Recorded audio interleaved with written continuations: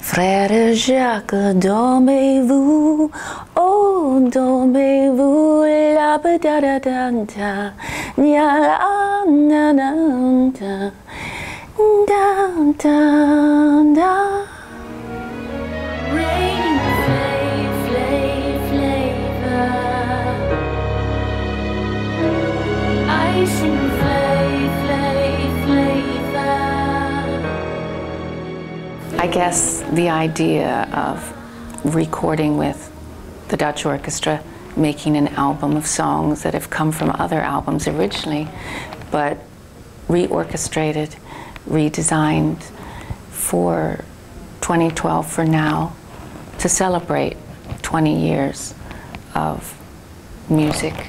It was possibly a dream I had when I was at the Peabody Conservatory. I was accepted there at 5 with ideas that I would have a very different career, especially my parents, and that I would follow the classical path. But you see, I'm not a pianist interpreter. I always saw myself as a composer. I was looking to Joni Mitchell and thinking, all right, I love this music, I love the Beatles. I wanted them to teach the Beatles to analyze their scores. But they said, they'll be dead in 30 years. Nobody will know who they are in 30 years. And I said, okay, that's madness. So I was arguing with them the ideology at 11, and my scholarship got revoked, so I was kicked out. And that was really my rebellious relationship then with classical music, until Deutsche Grammophon approached me to do a variation on the Dead Guys classical themes, which became Night of Hunters. And people say, why the Dutch orchestra? And I say, because they asked me. They're the only one who invited me. You know, when men say, why is she dancing with him? Because he asked me to dance.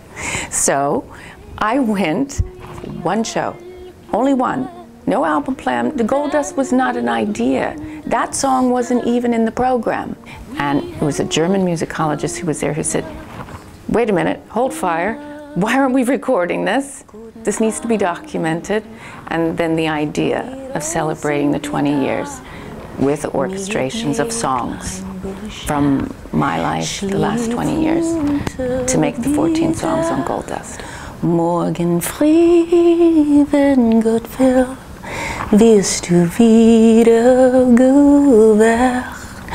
Morgen früh, wenn Gott will, wirst du wieder gewacht.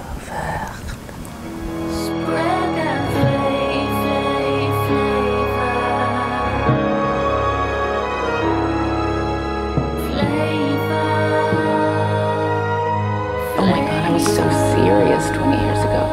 I was so incredibly serious. I don't think my daughter would have hung out with me. She would just like, oh, get over yourself. You know, or she would look at me and she'd say, oh, Mommy, I'm quite concerned about you because I think you were very sad before Dad and I came along. And I said, whoa, I hadn't really thought about it that way. So I might have had a career, but I didn't as a life. It was very sad. And not until I surrendered, just surrendered. Okay, being a warrior isn't all it's cracked up to be. I'd rather be a fairy. And once you can surrender to that and not be the feminist who is on a mission and just say, okay, screw it, I'll be with the fairies, then everything started to change.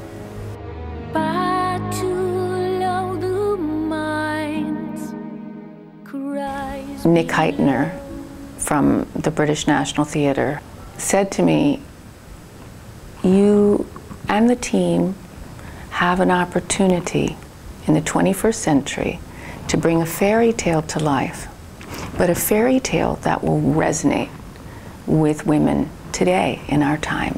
So we've had to make the Light Princess's story relevant for young women today so that they can relate to her. She's in all of us. And hopefully there will be an announcement that it will take the national stage there on the Thames in 2013.